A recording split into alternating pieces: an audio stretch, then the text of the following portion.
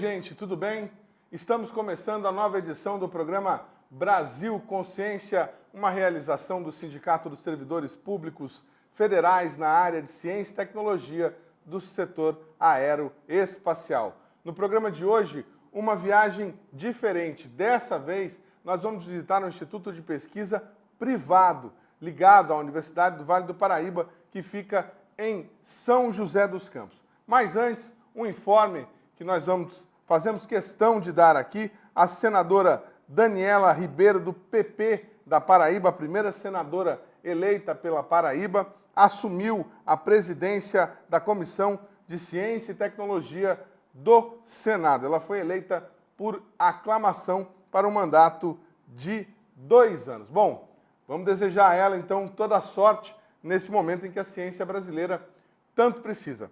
Falando do nosso assunto de hoje, o IPD da Univap, para nos explicar como é que o IPD funciona, temos aqui o professor e físico Leandro Raniero, que é diretor do Instituto. Obrigado, Leandro, por você ter comparecido, ter aceitado o nosso convite. E nós vamos agora ver um vídeo para que a gente possa entender um pouco mais do que é que eu estou falando nesse programa. Veja.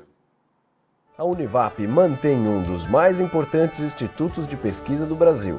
Alunos orientados por professores e doutores desenvolvem projetos que influenciam a vida de milhares de pessoas, como o uso do laser no diagnóstico e tratamento de câncer. Em seus 39 laboratórios, o Instituto oferece assessoria técnica científica a órgãos públicos e empresas e presta serviços à comunidade. Univap, conheça a nossa universidade. Muito bem, esta é uma amostra do que seria o IPD. Nós vamos conversar com quem cuida do IPD agora para tentar entender melhor. Bom, Leandro, você estava explicando para a gente aqui fora do ar, diferentemente do que acontece em algumas universidades, algumas faculdades que têm o seu centro acadêmico lá de graduação, por exemplo, a sua área física, e dentro da física tem lá um setor de pós-graduação com alguma pesquisa. Vocês na universidade decidiram, na Universidade do Vale do Paraíba, decidiram criar um centro de pesquisa, por quê? Bom, primeiramente eu gostaria de agradecer a oportunidade de falar sobre a Universidade do Vale do Paraíba e sobre o Instituto de Pesquisa e Desenvolvimento. Bom, a ideia é maximizar o uso de equipamentos, né? Então você tem toda a pós-graduação, tanto da física quanto da engenharia biomédica, planejamento urbano e processamento de materiais no mesmo prédio. Isso é muito conveniente porque você consegue tanto maximizar os usos de equipamentos, como também ter uma discussão com os professores a respeito de um dado científico, todo mundo está no mesmo local, e isso facilita muito.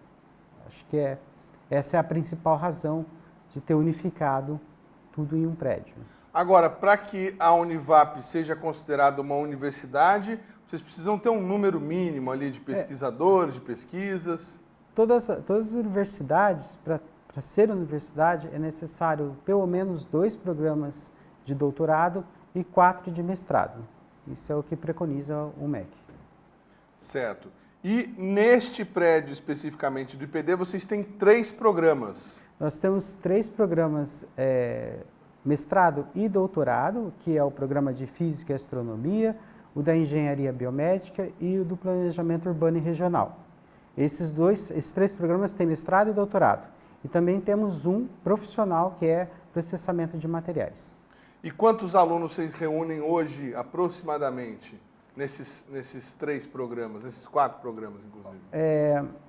Falando assim um pouquinho, nós temos 80 bolsas atualmente. Então, a cada processo seletivo, é possível, entre os programas, você ter um número de bolsas em cada uma das chamadas editais. Eu acredito que hoje nós estamos, ao total, por volta de uns 200 alunos. 200 alunos. Muito legal. Aproximadamente. Aproximadamente. Vamos conhecer agora, então, um dos laboratórios do pessoal de engenharia biomédica que faz pesquisa de ponta e ajuda a encontrar ou a buscar a cura para doenças bastante importantes. Veja.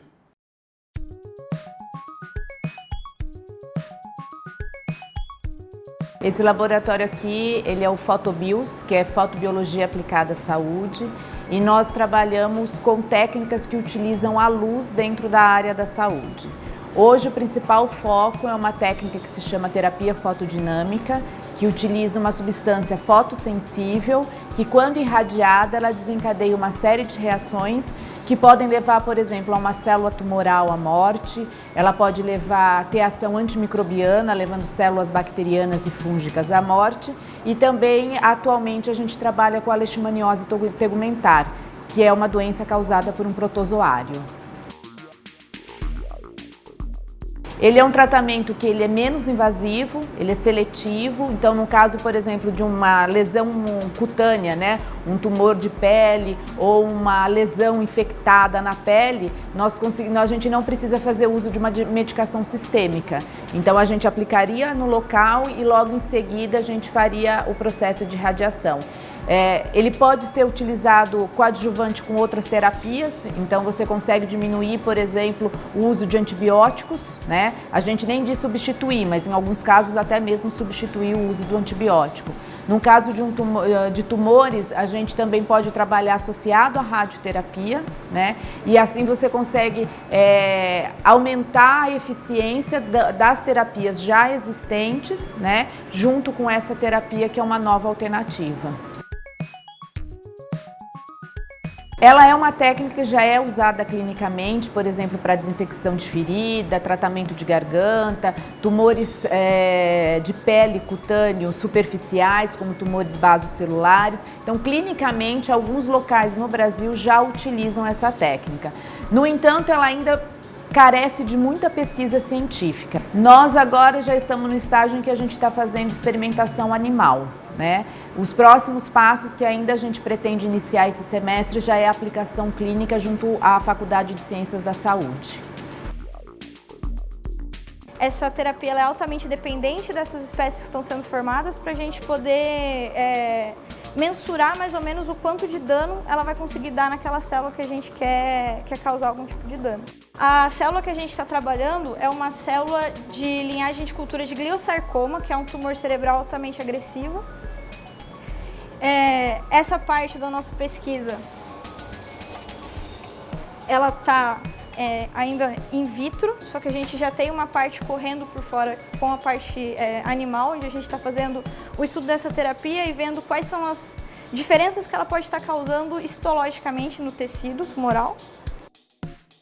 E basicamente o nosso teste a gente quer saber se a gente tem, no caso, duas placas, uma placa que a gente vai estar fazendo essa irradiação, porque aí então a gente está sabendo se é a terapia em si que está causando o que está fazendo essa produção de espécies, ou então se é, no caso, só o fármaco. Então a gente tem um grupo para ficar só o fármaco e um grupo que a gente vai colocar para fazer a irradiação. Esse tipo de equipamento é um equipamento que ele foi produzido exatamente para uso em laboratório, porque normalmente para fazer esse tipo de experimento a gente usa laser, que é uma única ponteira e tem que irradiar pocinho por pocinho. E aí pelas leis ali, né, da física, a gente sabe se a gente distancia, se a distância entre a ponteira do laser e a luz não for e o pocinho não for a mesma em todos, eu estou alterando a quantidade de energia que eu estou dando. Então isso é mais uma variável dentro do meu experimento. Então uma maneira de minimizar foi a produção desse tipo de equipamento, porque eu coloco a minha plaquinha aqui dentro, vai manter todos os pocinhos da placa na mesma distância e eu garanto uma iluminação, uma irradiação uniforme. Esse equipamento não é desenvolvimento de vocês, é aquisição. Esse daqui foi uma aquisição. Aquele azul já é desenvolvimento nosso, o software foi patenteado, foi feito aqui junto a um engenheiro da instituição.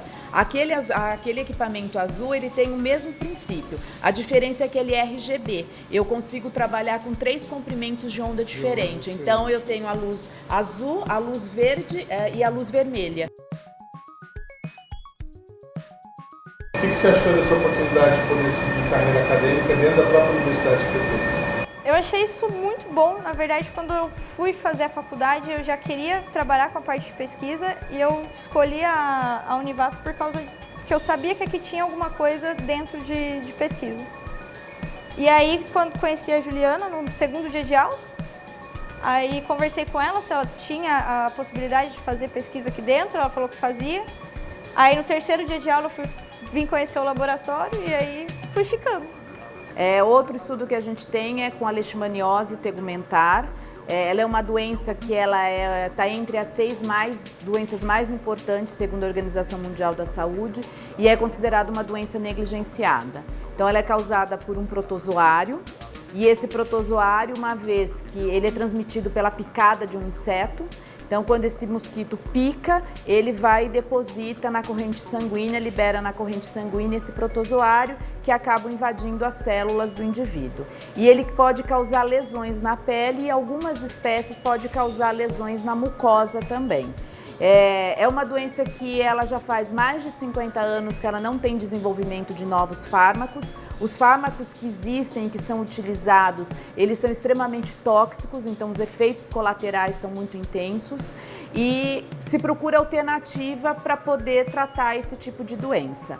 É uma doença que o Brasil, na América Latina, ocupa o primeiro lugar de incidência, né? No mundo, ele é o terceiro país com maior incidência desse tipo de doença. É uma doença que pouca gente conhece, né? Exatamente por ser negligenciada. A região do Vale é uma região que a gente tem alta incidência. O ano passado mesmo houve 4 casos diagnosticados em Taubaté. E o grande problema é que é uma doença que acomete os cães. Então, o cão é um animal doméstico e uma vez que esse animal é diagnosticado com esse tipo de doença, não existe um tratamento efetivo.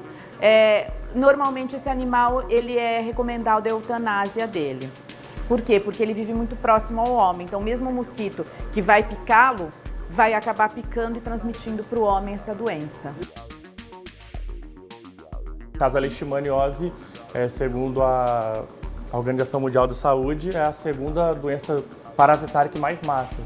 Então eu fico feliz por estar contribuindo de alguma forma no auxílio aí para poder no futuro terem mais terapias, né, para essa doença no caso.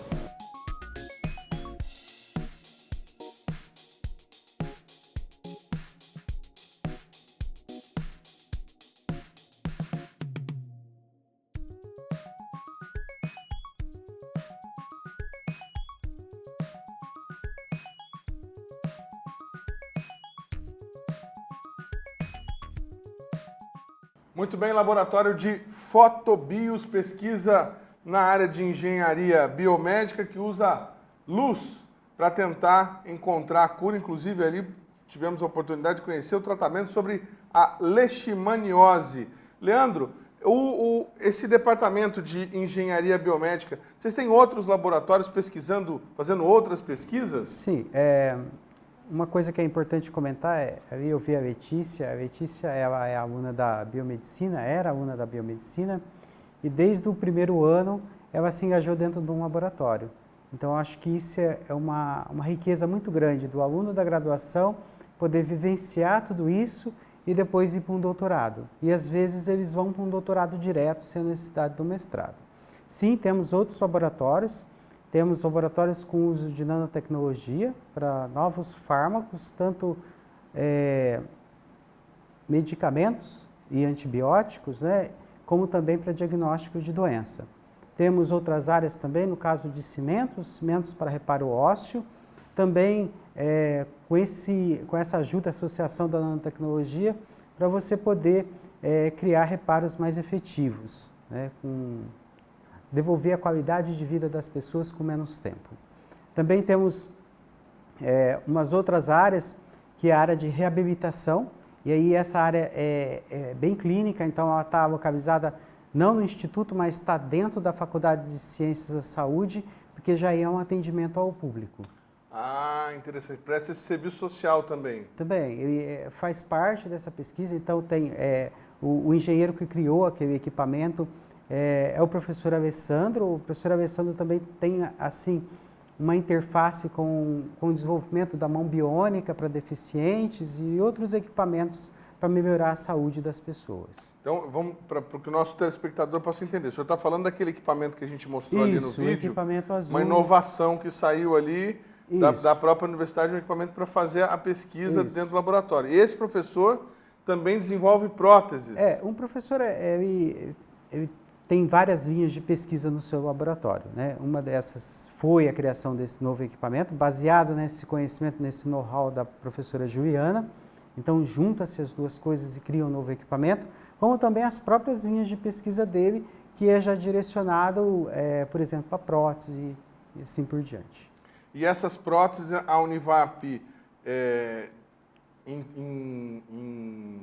por conta da pesquisa, ela fornece ao público que busca tratamento lá. O público acaba sendo tratado e ajuda a desenvolver a prótese. Na verdade, você tem a parte de reabilitação, que sim, esses pacientes fazem parte da pesquisa e com isso tem um ganho. E também tem essas próteses, algumas delas não são comerciais, estão em testes ainda. Então, ela é fornecida? Não, ainda não, mas talvez no futuro ela possa ser fornecida. Né? Então, e qual que é? Sempre essas pesquisas buscam um baixo custo, para que você consiga atingir o maior número de pessoas possíveis. Muito legal. Nós já fizemos aqui no Brasil Consciência um programa inteiro sobre a produção de próteses a partir de impressoras 3D, né, em manufatura aditiva, de baixo custo, aqui mesmo em São José dos Campos, na unidade da Unifesp. Então, quem quiser, procura aí nos nossos vídeos no YouTube, temos lá mais informações sobre esse tipo de atendimento. O senhor estava falando também, o seu laboratório é o de nanotecnologia. Sim. E que vocês estão desenvolvendo novos medicamentos, novos biomarcadores. Tem alguma pesquisa mais recente, mais quente lá para o senhor dizer para a gente, não? Temos sim. Temos uma linha de pesquisa que é para tratamento de câncer, onde nós temos nanopartículas de ouro, né? São partículas muito pequenas, e nós damos função à superfície. Então, é uma química fina, onde nós modificamos proteínas para elas se ligar nessa superfície e então identificar um certo tumor que nós temos interesse, e a parte dessa nanopartícula é recoberta com um medicamento para tratamento. Então, são terapias que vão de encontro à afinidade com o tumor e assim diminuindo efeitos colaterais. Todos esses estudos são 3 fases. A primeira é a cultura de célula, porque a cultura de célula ela minimiza o uso de animais. E isso é muito importante atualmente, né? A comunidade cada vez é mais sensível, as ONGs, em cada vez reduzir mais os números de animais. Então, primeiro se faz a cultura em célula, se tem um ótimo resultado, então com esse ótimo resultado vai para a experimentação animal. Então, dentro do Instituto nós temos uma central multiusuário, onde estão os maiores equipamentos do Instituto e também um biotério. Esse biotério é onde eu utilizo esses fármacos para testar em animais. E aí essa pesquisa ainda está em andamento, é um projeto da FAPESP, e a FAPESP sempre tem ajudado a pesquisa tanto na compra de equipamentos como material de consumo, isso é indiscutível no estado de São Paulo. Essa nanopartícula carregada com medicamento, ela chega no tumor por meio de aplicação, uma pomada intravenosa? Não, bom, explicando um pouquinho do projeto, o que nós fizemos? Nós fizemos um xenenxerto, que esse medicamento específico para o tratamento de tumor de mama. De mama. Então, para que esse medicamento seja o mesmo que você vai utilizar num animal, é diferente, né? A fisiologia do animal, as células são diferentes. Então, nós fazemos um xenenxerto, isso é uma colaboração com o IPEM USP, então, são ratos modificados e eu consigo aplicar essas células humanas no rato e ele se desenvolve um tumor. Então, aí eu faço, né, uma aplicação, uma injeção, chega no tumor e começa o tratamento. Aí faz parte também, bem associado com essa linha da professora Juliana, a gente irradia ele com um laser, então ele ativa o medicamento e começa o processo de tratamento. A nanopartícula leva o medicamento que é ativado por laser. Por luz. Então você ativa, para além dele ser específico, por ter uma proteína que está mais superexpressa nas células tumorais, ele também, você consegue ser ativado naquela região justamente por você irradiar aquela região do tumor. Então, no próximo estágio, quando finalmente tudo estiver pronto para fazer teste em seres humanos, vai ser uma aplicação na mama que estiver com tumor. Isso. Quando for a aplicação, né, uma outra fase do projeto, vai ter que conversar com uma equipe médica para ver qual que seria a melhor forma de se aplicar esse medicamento, né? se espera-se, né, que não só o câncer de mama, mas outros tipos de tumores também têm superexpressão de proteína.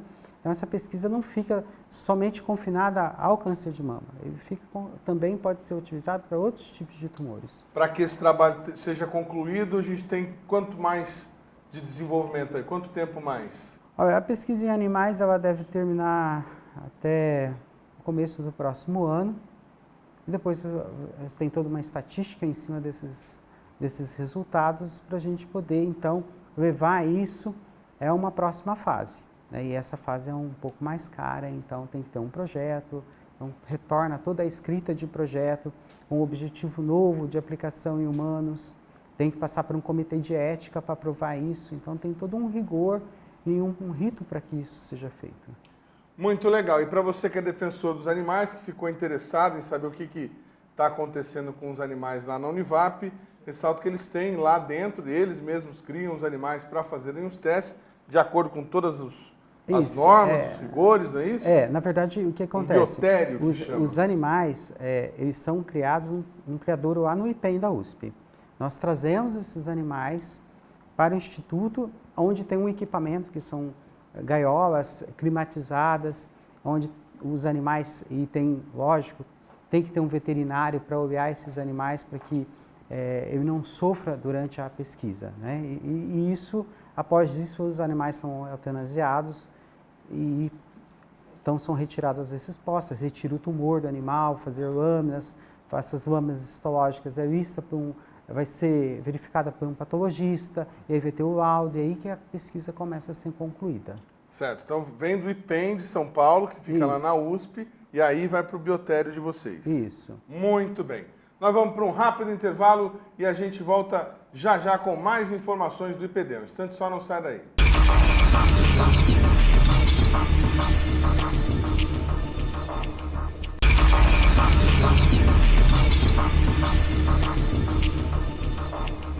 Segundo bloco, o programa Brasil Consciência de Volta, falando hoje sobre o IPD, Instituto de Pesquisa e Desenvolvimento da Univap, primeiro instituto de pesquisa particular, totalmente privado, que o Brasil Consciência visita. Nós falamos no bloco anterior sobre a área de engenharia biomédica e agora nós vamos visitar um outro campo de pesquisa do Instituto. Nós vamos conhecer a parte de astronomia, astrofísica, conforme você vê no nosso VT. Acompanhe.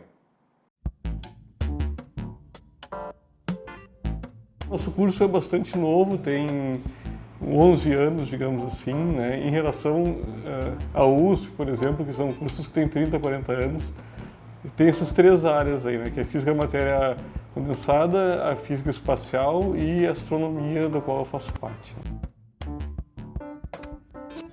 Essa história já remete a uns 20 anos atrás, né, que veio um pesquisador do INPE para cá, que foi quem começou o grupo, né, que foi o Paulo Fagundes. A pós-graduação tem basicamente 30 alunos de doutorado e uns 8 de mestrado, né, e 15 docentes. Forma aí, em média, 3 doutores ou 4 por ano e uns 2 mestres, né, que tem menos alunos de mestrado, né, que é uma média bastante alta, né.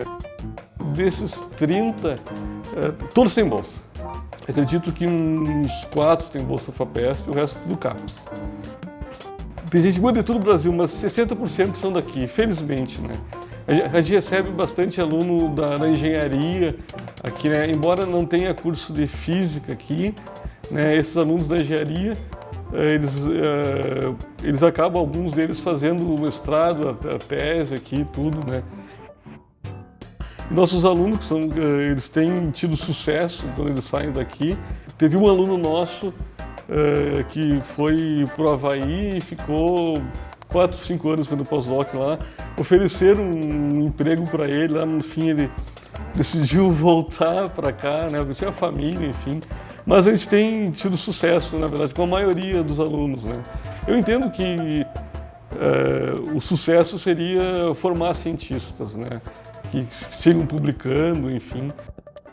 Eu acho que o projeto mais importante da astronomia que a gente está estudando, um dos mais importantes, né, é esse de galáxias de interação. também núcleos de galáxias, né, que tem um buraco negro, na verdade, que está caindo gás nesse buraco negro aí e emite uma luz, né? Então a gente usa os telescópios para estudar esse gás que está em volta desse buraco negro, né? E também faz simulação numérica para tentar reproduzir as observações, né? Que é a minha área, né? Você se graduou onde? Na Universidade do Estado do Pará. Eu fiz o mestrado no ITA e depois fiz o doutorado na URGS, no Rio Grande do Sul, e agora estou recentemente aqui na Univap. Por que você decidiu fazer pós-doc aqui? Primeiro pela questão da compatibilidade de conteúdo, né? O professor, ele, no final da minha tese, eu acabei entrando em contato com ele para o assunto que eu estava pesquisando, e ele era o que tinha domínio nessa área. Então, eu entrei em contato com ele e aí ele fez a proposta de talvez tentar um pós-doc aqui na Univap. E aí a gente conseguiu pela FAPESP. Essas figuras aqui essa aqui é uma das galáxias que eu trabalho, né? São 3 galáxias. Essa primeira aqui é a galáxia que tem o buraco negro ativo no centro. E essas 2 outras aqui são a que a gente chama de galáxias controles, né? Que a gente vai estudar as propriedades físicas dela e fazer uma comparação entre elas. É que a gente fala que a gente está na nova era da astronomia, que é de grande quantidade de dados. Então, eu trabalho com 300 galáxias, por exemplo, entendeu? Então, é um mapeamento muito grande. A gente está em parceria aqui com a construção do telescópio GMT, né, que é um telescópio gigante. Esse telescópio vai estar pronto mais ou menos em 2025, né, um telescópio com vários espelhos, tem mais ou menos 25 metros de diâmetro, né. Eu acho que isso aí vai ser, de novo, uma nova era para a astronomia, né? E o Brasil vai ter acesso, só pessoas do estado de São Paulo, né, por enquanto vão ter acesso a esse telescópio, porque o estado financiou parte desse telescópio, né. E o pessoal da física espacial também tem os instrumentos dele também espalhados pelo Brasil, que são as antenas, tudo, né. E o pessoal da matéria da física condensada tem os laboratórios aqui mesmo. E também tem a parte de estrelas binárias, que é do Alexandre também, que estuda estrelas que estão bem próximas das outras, que tem um disco de interação. O Irapuã, que faz essas simulações dessas galáxias, enfim. E um outro astrônomo, enfim, que tem aqui, que é o Sérgio, também estuda a vida fora da Terra, né? Como essa vida se forma, enfim, daí já entra numa área que é da astrobiologia, astroquímica. Legal, aí informações do programa de Física e Astronomia lá do IPD, o Centro de Pós-Graduação da Univap. Leandro, por que vocês, como que a gente explica para as pessoas o fato de você ter uma pós-graduação em Física, né, um dos campos da Física, em Astrofísica, e não ter uma graduação em Física na mesma universidade? Aí você acaba atraindo alunos de engenharia para fazer astrofísica. Por que a universidade decidiu criar esse núcleo se ela não tinha um curso, digamos assim, nativo de graduação? Bom, primeiro, todo curso de graduação e também de pós-graduação, é necessário uma demanda, né? Você pode abrir um curso e depois esse curso ao longo dos anos não ter essa demanda, e então você tem que fechar o curso, né? O curso de Física, na época de formação, né, de credenciamento da Física e Astronomia, nós tínhamos Física. Depois, ao longo do tempo, ele não foi viável. A universidade, embora ela seja comunitária, ou seja, né, todos os recursos que ela ganha são utilizados na própria universidade, na prosperidade da universidade, ela é particular, né? Ela necessita de uma mensalidade para conseguir fazer o pagamento da folha de pagamento e assim por diante. Então, isso faz com que, às vezes, cursos como o curso de Física, onde você tem uma oferta muito grande nas federais e estaduais, ele não consiga prosperar. Então, talvez seja essa a resposta que eu tenho para te dar, né?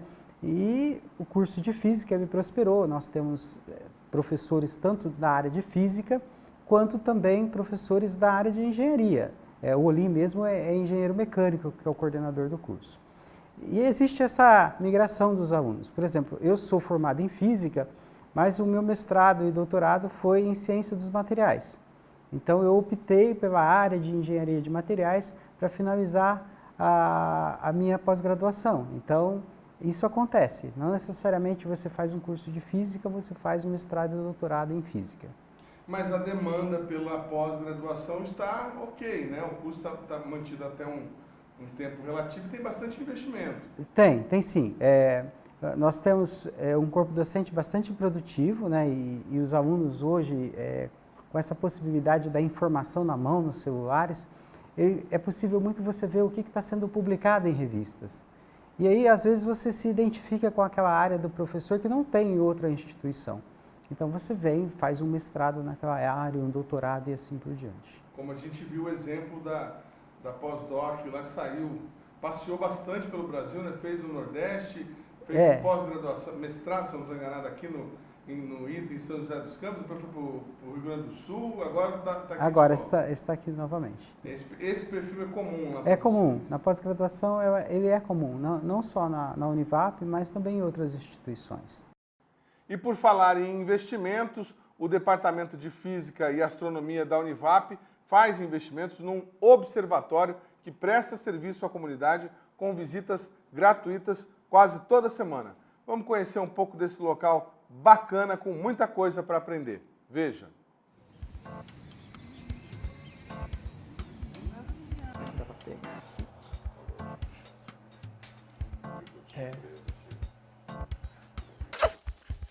Então aqui a gente tem esse andar inferior aqui, né?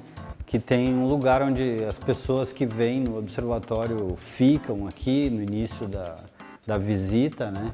Aqui desse lado de cá a gente tem um espaço onde tem alguns experimentos que a gente mostra, né? A gente tem um auditório aqui que é onde a gente dá as palestras para o público que vem, né? Normalmente vem escolas, né? E depois tem uma parte interna ali que a gente tem uma oficina e tudo mais, onde ficam os equipamentos. Aqui tem alguns telescópios que ficam aqui embaixo expostos, tá? Tipo aqueles telescópios, o grande que está ali e esse pequenininho. Quando o público que vem é grande, né? A gente coloca esses telescópios lá fora à noite e usa para mostrar o céu também, além do telescópio que está lá em cima na cúpula, que vocês vão conhecer daqui a pouquinho. Então aquilo ali é um equipamento que a gente desenvolveu aqui, né? E que mostra, é um equipamento que a gente chama de realidade aumentada, né? E ele é um equipamento que serve para mostrar relevo de lugares, assim, tá? Então, ele funciona, bom, tem todo um equipamento ligado nele aqui e essa caixa que é uma caixa com areia aqui dentro, tá? Se a gente, aqui em cima dessa areia, são projetadas como se fossem as curvas de nível de altitude dessa areia. Então, se eu vier aqui modificar a geografia aqui dessa caixa, o equipamento refaz as curvas de nível, né? E recalcula toda a altitude, aí, o mapa de altitude do terreno. Assim. E aí eu vou fazer chover aqui dentro, né? Aí a mão da gente faz o papel da nuvem. É como se fosse uma nuvem. Se eu botar minha mão aqui pertinho, ela vai aparecer como se fosse o topo de uma montanha, assim. Mas se eu botar acima de uma certa altitude, ela funciona como se fosse uma nuvem. E toda essa água que escorre aqui, se eu modificar o relevo, tipo aqui assim, ela vai escorrer seguindo o novo relevo. Então, esse aqui é o telescópio, é o equipamento, vamos dizer, mais importante aqui do observatório, né? Ele é um telescópio de tamanho, ele é igual ao que a gente viu lá embaixo, está num tripé. Esse aqui é um telescópio fixo, tá? Ele é fixo nesse pilar aqui.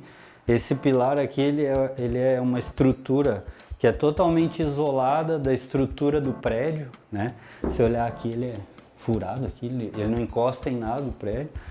ele vai até o chão e tem a sua fundação própria lá e tal, para ele não ter contato com as vibrações da gente caminhando aqui e tal. Tá?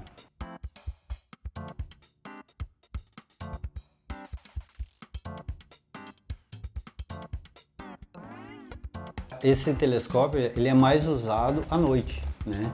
A gente aqui, os dias de abertura do observatório para o público é quartas-feiras, a partir das 19 horas, então a ideia é ver o céu noturno aqui.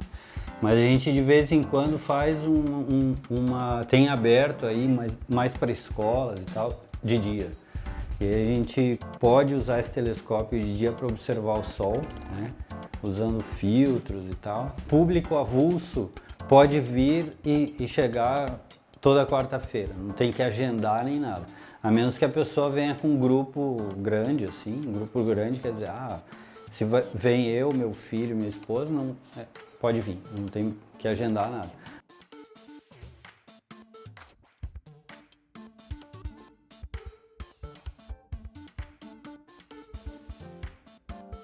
A Univap faz parte de uma rede de monitoramento de meteoros.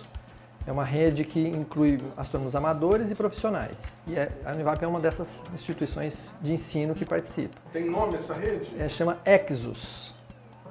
E tem cerca de 70 câmeras espalhadas no território nacional. Né? A Univap tem 2 dessas câmeras, então a gente fica monitorando toda noite a ocorrência desses meteoros. Então, tem o registro, quando o meteoro acontece, registra e depois manda para a rede, para a gente divulgar isso e fazer a pesquisa em torno disso.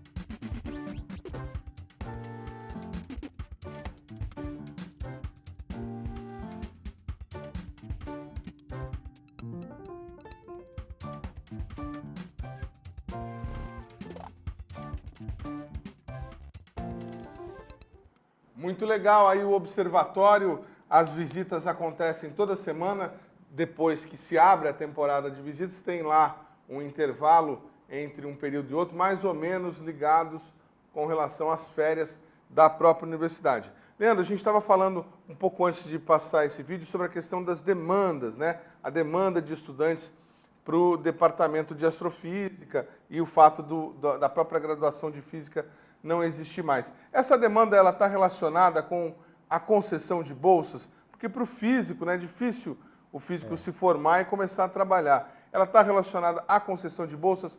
É mais fácil para o aluno da universidade particular conseguir uma bolsa? Olha, todas essas bolsas que nós estamos falando são da CAPES, né? E essas bolsas elas são concedidas mediante um edital. Então, a pós-graduação faz um edital, depois divulga esse edital, tem um período de inscrição, depois recolhe todas as documentações, então vê como os alunos, se eles publicaram alguma coisa, trabalhos em conferências, uma prova escrita pode ser utilizada, então soma tudo isso e dá uma nota para os alunos. Então, tem um ranking de mérito e, mediante essa meritocracia, você tem os primeiros colocados que recebem essas bolsas. Às vezes, o que acontece é que a mantenedora da Univap, né, a Fundação Vale Paraibano de Ensino, em alguns anos ela também concede algumas bolsas. Essas bolsas são umas bolsas para que o aluno não pague a mensalidade, em casos específicos, não é? E também algumas bolsas de desconto. Então, é possível algumas parcerias, né, também com empresas que possam se interessar para aquela linha de pesquisa também e fomentar essa bolsa para o aluno. Muito legal. Nós vamos para um rápido intervalo e já já a gente volta com informações sobre a área de pesquisa em planejamento urbano. É um instante só, não sai daí.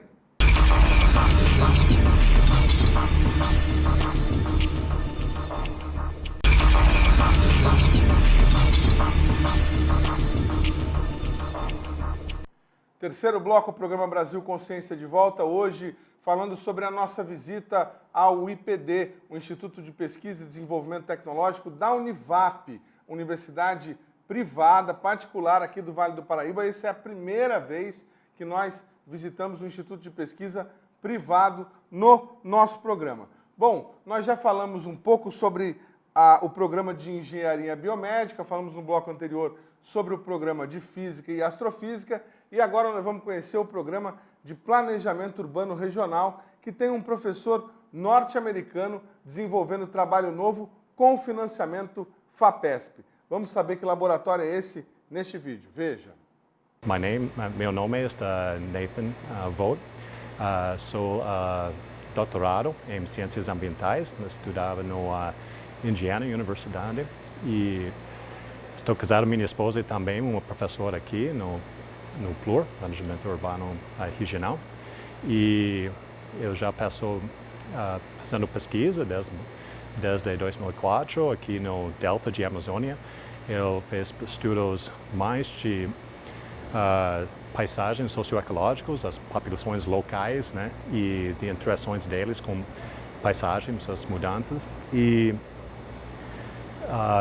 desde este ano vai sair logo um projeto de FAPESP que vai criar aqui um novo laboratório de análise de paisagem socioecológica que vai sair aqui no Vale do Paraíba.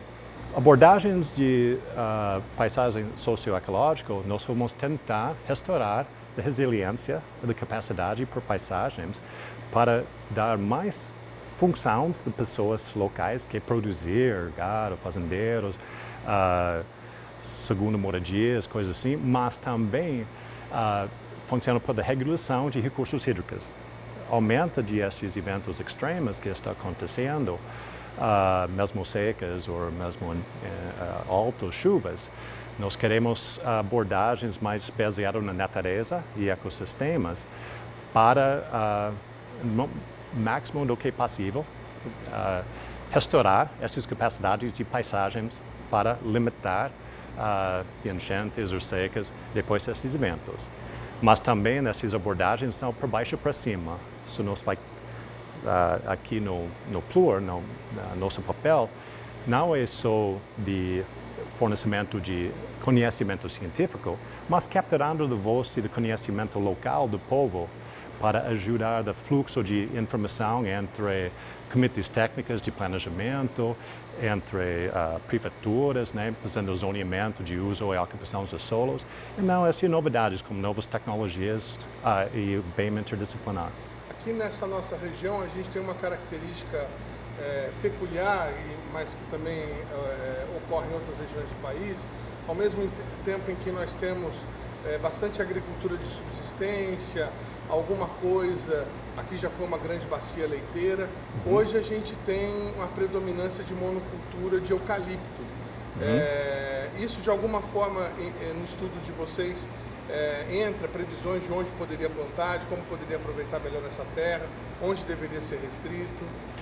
Sim, tudo isso deveria entrar, por exemplo, de ideia, no diferentes microbacias, por exemplo, estas paisagens, instalar, pode ser estudos social da história daquela paisagem e acompanhar deles também com imagens históricas de sentimento remoto. E fez também as análises das mudanças dos níveis dos rios, por exemplo, com as chuvas. Se aquela paisagem realmente consegue para ter um buffer, so to speak, desses eventos extremos. E talvez tenha outras configurações que pode ainda melhorar esta capacidade para a paisagem. Talvez de eucaliptos não fazer aquela região bem ao lado do rio, né, para implementar floresta bruta ou outro uso mais adequado. Mas sim, aonde pode colocar e como é uma pergunta. A ideia é paisagens multifuncional na pesquisa para entender que voltar para isso que gera renda, mas também a maneira mais sustentável e justa. Legal, muito obrigado aí ao professor Nathan pela paciência para nos atender. Falar português para quem não é nativo não é uma das tarefas mais fáceis, mas ele conseguiu lá dar o seu recado e falar sobre o novo projeto de planejamento urbano regional com financiamento da FAPESP, que está gerando um novo laboratório lá no PLUR. Programa de Planejamento Urbano Regional. Esse programa dos 3, ele está recebendo um grande número de interessados ultimamente. Por que se deve isso, professor Leandro? O planejamento urbano ele completou 20 anos, né, no mestrado dele, e o doutorado um pouquinho mais recente, de 2014. Esse curso ele tem 3 linhas para se entender um pouquinho melhor. Uma que é a organização da cidade, da região, diante das políticas públicas, então são os vetores de crescimento da cidade. Depois tem uma linha que é uma discussão artística sobre os movimentos que acontecem na cidade, na região, por exemplo, movimentos culturais, hip hop, LGBT, onde eles se dão nas cidades. E depois tem essa área essa linha que o Nathan está, que é a organização, né, como se dá o meio ambiente e a população, qual que é essas interações. Então, são temas bastante atuais, principalmente esse último, né, com essas mudanças climáticas. E o PLUR ele recebe também alunos tanto da arquitetura, quanto da geografia, quanto da história. Então, é um leque das ciências sociais, né, que ajuda muito essa interação em ter mais alunos que os outros programas, talvez. Certo. Bom, agora, no bloco anterior, o senhor terminou falando da questão da própria mantenedora, a Fundação Vale Paraibana de Ensino, poder conceder algumas bolsas. Ao longo do programa, a gente falou sobre os outros alunos que recebem bolsas da FAPESP, né? O estudante que pretende ingressar na Univap hoje, ele tem um horizonte de possibilidades de não pagar mensalidade, mas em geral paga-se uma mensalidade.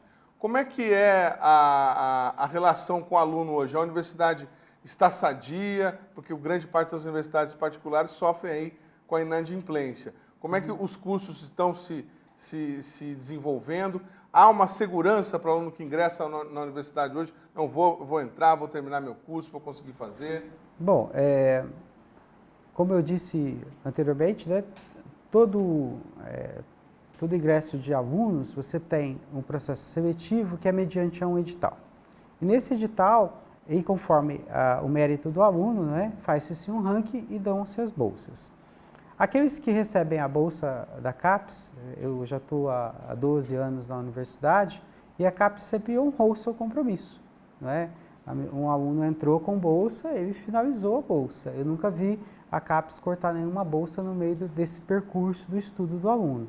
A mesma coisa a fundação. As bolsas da fundação, elas são mais pontuais, porque, como você disse, a instituição é particular, então nós necessitamos dessas mensalidades para até pagar os professores, mas toda vez que a fundação ela dá uma bolsa, ela também honra a parte dela até esse aluno terminar.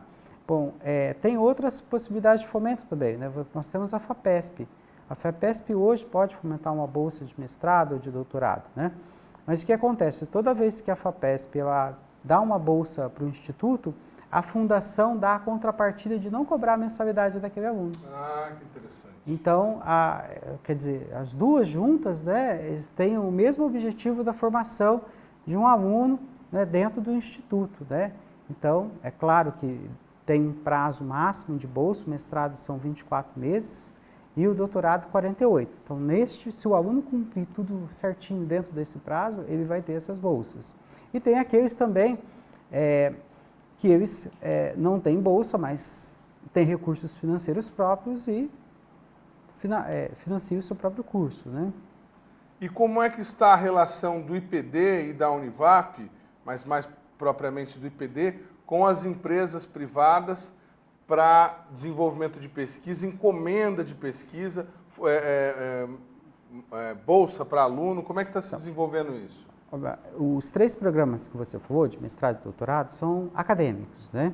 Então, ele tem mais um viés acadêmico de formação de professores. Nós também temos o programa profissional, que é de processamento de materiais. Qual que é o objetivo desse programa? Desenvolver um produto. Então, às vezes, um profissional de uma empresa quer desenvolver um produto para uma empresa e a própria empresa acaba financiando essa pesquisa. Então, o objetivo é agregar a empresa junto de um programa e capacitar esse profissional.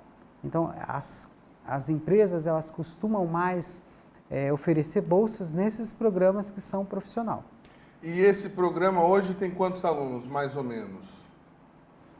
Nós temos, eu acredito que uns 20 alunos. Uns 20 alunos trabalhando. Isso. Muito legal, muito legal. Bom, além desses laboratórios que nós mostramos hoje, dessas linhas de pesquisa, o campus tem muito mais, né, várias outras linhas, os 2 prédios que nós visitamos do IPD, e o aluno que quiser conhecer tudo isso, quiser de repente visitar ou ter mais informações, o que ele deve fazer? Bom, o Instituto tem um e-mail, é o ipd@univap.br, e aqueles que estiverem interessados enviam um e-mail e pode ser agendada uma visita dentro do Instituto. Também tem os alunos da graduação que vão ao Instituto também procurar iniciação científica, então é um outro público. Mas as visitas do Instituto é aberto à comunidade, para quem quiser conhecer.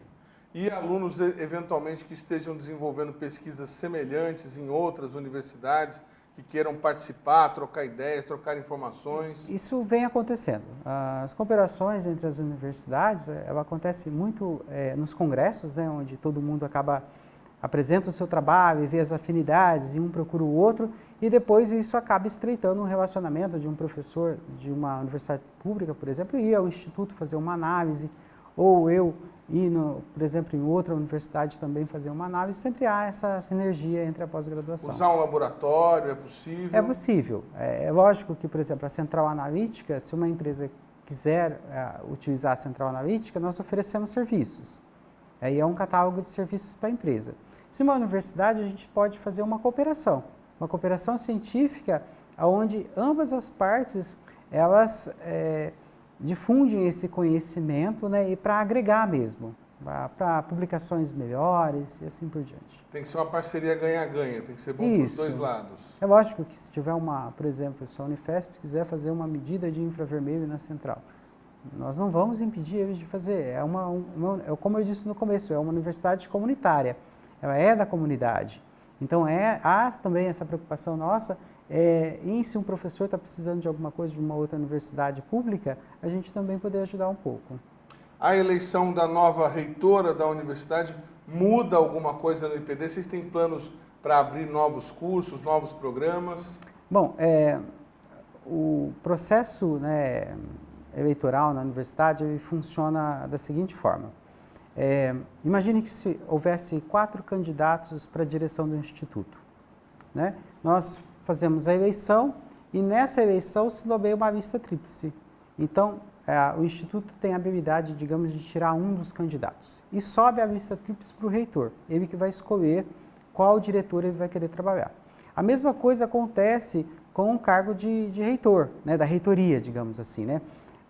Houve 2 candidatos, essa lista subiu para a fundação e o conselho máximo da fundação, que é formado por 20 membros da própria Univap, colégios, assim por diante, e 10 membros da comunidade, eles elegeram o professor Milton Beltrame como reitor. Então, ele vai assumir agora no próximo mês e nós estamos esperançosos e ansiosos para ver quais serão as medidas para melhorias da universidade. Ainda não há planos de abertura de nenhum curso lá no IPD? Não foi discutido isso. O que eu posso te dizer é que na gestão passada nós pleiteamos junto à CAPES colocar um curso de saúde global. Então, nós enviamos toda a documentação e estamos esperando que seja aprovado um mestrado e doutorado nessa área de saúde. Então, se isso vier a acontecer, nós vamos ter mais uma pós-graduação, mestrado e doutorado nessa linha. Muito legal. Este foi o programa Brasil Consciência de hoje. Você que gosta de acompanhar todo o nosso conteúdo pela internet deve continuar acessando a nossa página no YouTube, que está aí para você na tela neste momento. Você que quiser conhecer o conteúdo produzido pela rádio do SINDCT, os programas de entretenimento, de música, de entrevistas, deve acessar, como está aí para você na tela nesse momento, a nossa página no Facebook. Está aí para você a Rádio CT no Facebook, onde você vai ter a oportunidade de conhecer lá o programa do Paulinho, do Mauricio Damasceno, entre outros programas. Nós ficamos por aqui, mas você também pode continuar mandando sugestões de pauta. Nosso e-mail está aí na tela para você. Se você tem uma pesquisa interessante, se você descobriu alguma coisa, ou se você é um entusiasta da ciência e gostaria de ver algum tema abordado aqui pelo nosso programa, mande a sua sugestão, converse conosco, faça as suas críticas, que nós estamos aqui para lhe ouvir. Obrigado pelo carinho da sua audiência, pela sua companhia e até semana que vem. Tchau!